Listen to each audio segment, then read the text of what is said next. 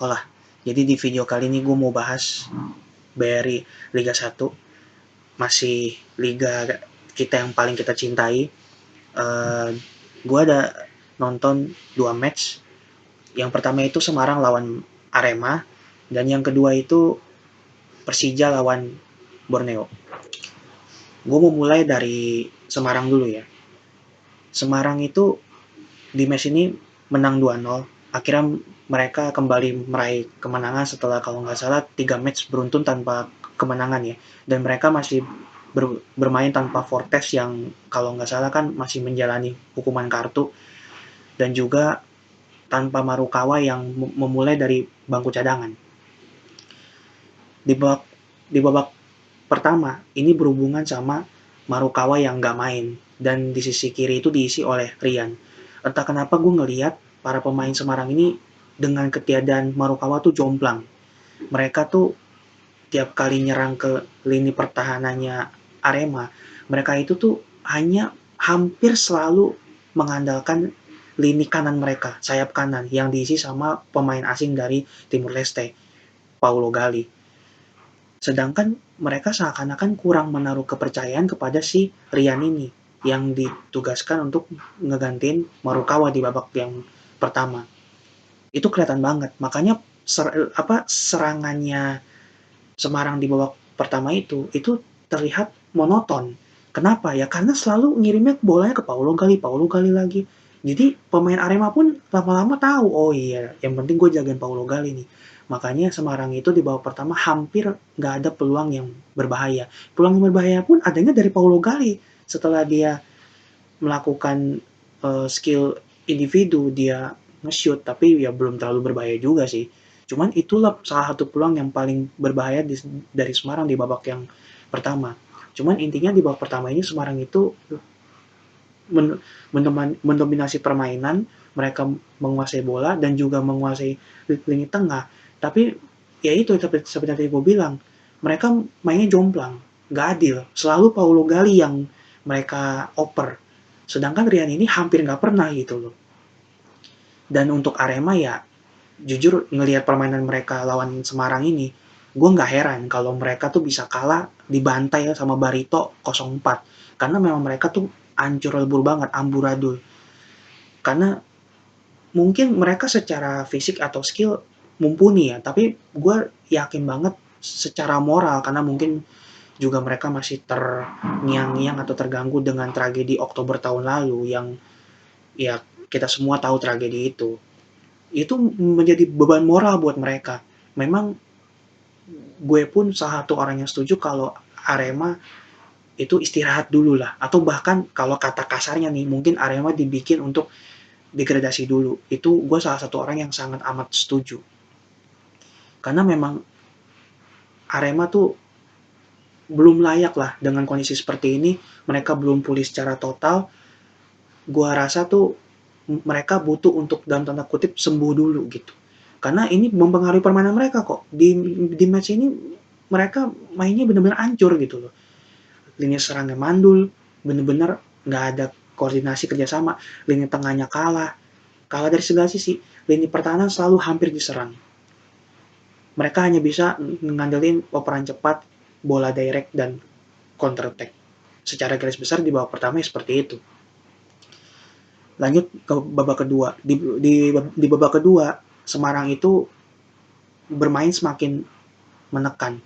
Cuman Arema pun berusaha untuk keluar dari dari tekanan. Tapi ya balik lagi, semakin mereka berusaha menekan, lini belakang kosong, itu menjadi senjata juga buat Semarang untuk melakukan serangan balik. Apalagi di babak kedua ini, tadi gue lupa menit 60 apa berapa gitu, Marukawa itu udah masuk. Jadi lini sayapnya Semarang baik dari kanan maupun kiri itu udah seimbang tuh.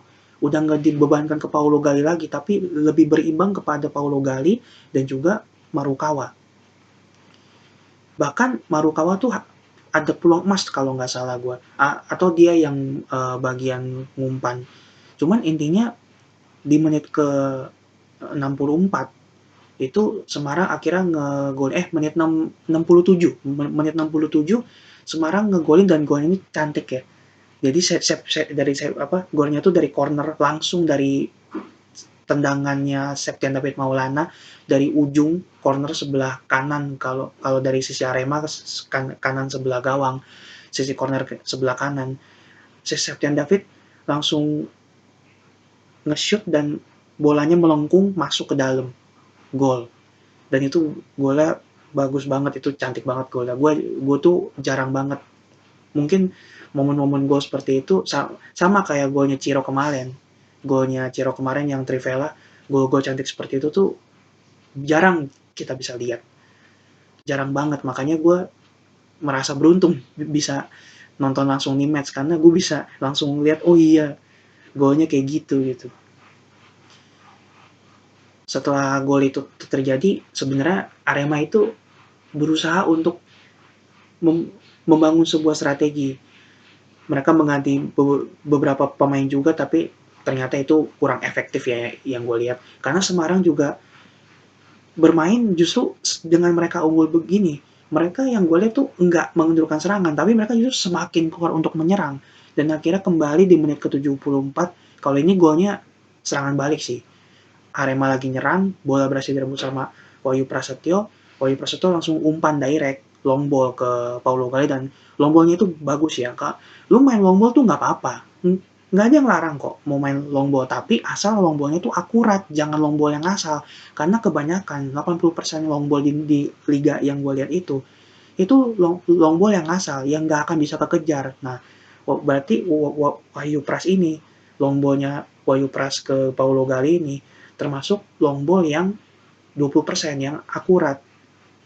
Bola nyampe ke Paulo Gali sama dia bisa dikontrol, dia langsung umpan tarik ke Septian David, lagi-lagi Septian David bisa ngegolin. Semarang unggul 2-0, dan sejak unggul 2-0 ini permainan mulai tarkam, sama kayak match Bayangkara lawan Persebaya kemarin. Mungkin juga faktor stamina juga, dan bola lebih banyak dikuasai oleh Arema ya. Sejak unggul 2-0 ini Semarang tuh mulai kendor, cuman ya Arema pun oke. Di sisa waktu itu mereka lebih menguasai bola, tapi mereka nggak bisa melakukan serangan yang efektif. Ya kalau kata kasarnya ya kalau yang bahasa gue ya, mainnya tarkam gitu loh. Mereka nggak bisa melakukan serangan, bahkan ibarat kata kalau lawan anak SD pun itu mungkin permainannya masih lebih bagus anak SD, dan memang di match ini Arema tuh sangat layak kalah. Karena mungkin ya seperti yang tadi gue bilang, mereka juga masih apa ya, tertekan oleh beban moral yang mereka tanggung. Maka dari itu gue sangat setuju kalau misalkan Arema tuh untuk sementara mungkin diistirahatkan, atau kalau kata kasarnya degradasikan dulu. Itu gue sangat setuju. Jadi Semarang dapat tambahan 3 poin di match ini, sedangkan Arema semakin terbenam di dasar klasemen. Sementara Arema untuk saat ini sampai video ini gue bikin masih menjadi tim juru kunci papan bawah, bahkan bukan cuma papan bawah, tapi juga peringkat paling akhir. Oke, gue langsung lanjut ke match kedua. Match kedua itu ada Persija lawan Borneo. Persija lawan Borneo ini seri 1-1, semua golnya ada di babak yang pertama. Gue langsung masuk mesa juga. Di babak pertama itu sebenarnya permainan yang gue lihat Persija sedikit lebih memegang kendali ya. Walaupun permainan sebenarnya juga berimbang. Cuman kelemahan Persija tahu nggak apa? Mereka tuh di babak pertama itu nggak ada striker nomor 9. Mereka lebih ngandelin sayap-sayap mereka, Rio Fahmi, Firza Andika, dan juga dari lini tengah kayak Gajos, pemain dari Polandia. Maka dari itu kadang-kadang kalau Persija lagi operan cepat atau main direct, bolanya tuh suka nggak nyampe. Bukan suka, tapi banyak yang nggak nyampe. Langsung nyampe ke Nadeo. Ya sama Nadeo pasti ditangkap dong gitu loh. Sedangkan Borneo pun sebagai tim tamu, mereka sebenarnya melawan. Mereka juga membalas, mereka berusaha ngandelin permainan cepat, apalagi ditopang sama Lili Pali, ditopang sama Terence Puhiri, ditopang juga sama pemain-pemain lain yang juga sama-sama cepat. Ada Diego Michel juga sebagai kapten yang bisa mengkoordinir permainan gitu. Sampai akhirnya Borneo cukup kesulitan dari sisi open play. Mereka dapat hadiah tendangan free kick di menit 14 yang itu menjadi gol. Deli Pali nge-shoot, ini golnya buat gue nih lucu sih. Deli Pali nge-shoot langsung, kena kepalanya Hanif, bolanya balik ke Deli Pali. Deli Pali berinisiatif shoot lagi. Bolanya kena Hanif lagi, tapi kena kepala bagian belakang. Jadi bolanya meluncur lurus ke arah gawang dan lewat dari tangan Antani dan akhirnya jadi gol. Tapi tetap dihitungnya golnya Lili Pali ya, karena memang itu kan bola asalnya kan dari kakinya Lili Pali. Jadi walaupun kena kepala belakangnya Hanif, tapi nggak dihitung sebagai on goalnya Hanif.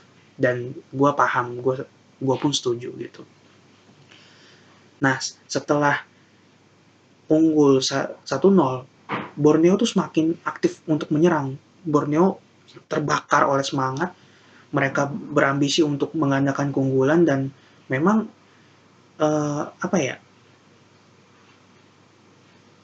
mereka beberapa kali tuh dapat peluang. Mereka sebenarnya Borneo itu nggak nguasain bola tuh nggak banyak karena mereka juga dipres oleh para pemain Persija, di press ketat, tapi mereka tuh sekali dapat peluang dikirim ke depan, itu hampir selalu menjadi peluang yang berbahaya. Salah satunya lewat striker baru mereka yang gantiin Matius Pato, si Felipe, striker asal Argentina. Itu dia ada satu sundulan yang pas banget ke arah Andre Tani. Itu kalau dia nyundulnya ke arah pojok, itu 98% kalau buat gue sih masuk. Cuman sayangnya dia nyundul ke arah dimana tangannya si Andre Tani itu berada gitu loh. Dan akhirnya gue lupa tadi menit ke 37 ya kalau nggak salah, itu Persija ngegolin. Ini juga golnya bukan gol open play tapi lewat free kick juga. Jadi dua-duanya ini, 2 gol di match ini dua-duanya dari free kick, dari bola mati, bukan dari open play. Berawal dari miskom atau kesalahan ini, jadi faktor utama kenapa ini bisa terjadi gol adalah kesalahan di lini belakangnya Borneo sendiri. Kenapa para pemain dan back-backnya Borneo kayak Leo Lelis, si back yang asing satu lagi gue lupa namanya, dan yang lain-lain, dan Nadeo tuh komunikasinya tuh kurang baik. Harusnya si Nadeo kalau dia memang mau langsung ambil bola itu, dia harusnya teriak supaya, atau pokoknya dia kode atau teriak supaya para pemain Borneo itu jangan ada yang lompat. Mereka cukup jaga posisi, jaga pemain Persija supaya jangan ikutan lompat. Biarkan Nadeo memetik bola di udara dengan enak gitu loh. Kalau ini kan akhirnya bola terjadi miskom, bola liar disuntul sama Kudela. Sebenarnya tuh kalau disuntul sama Kudela pun, kalau nggak didorong sama si Rizky Ridho pun itu tetap gol. Tapi mungkin Rizky Ridho udah nggak mau ambil resiko, takut bolanya keburu direbut. Walaupun nggak akan direbut juga sih, karena udah nggak ada siapa-siapa. Tapi kan namanya main bola, gue paham Rizky Ridho pasti pengen buru-buru gol juga. Akhirnya dia dorong tuh bola. Jadi anggapannya ya Kudela ngasih assist buat dia. 1-1. Setelah match ini, setelah satu ini, permainan kembali mulai berimbang sampai akhirnya halftime. Masuk ke babak kedua. Babak kedua, kalau di babak kedua ini sebenarnya simple banget sih. Gue sebenarnya nggak perlu jelasin lebih panjang karena intinya Persija memegang kendali penuh di babak kedua.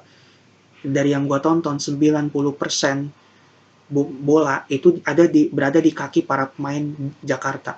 Borneo hampir full bertahan. Dan jujur ya, kalau kipernya bukan Nadeo, mungkin udah gol juga gitu. Karena di luar kesalahan yang di babak pertama tadi, di luar kesalahan miskom tadi, yang gue lihat di match ini Nadeo bermain dengan sangat baik.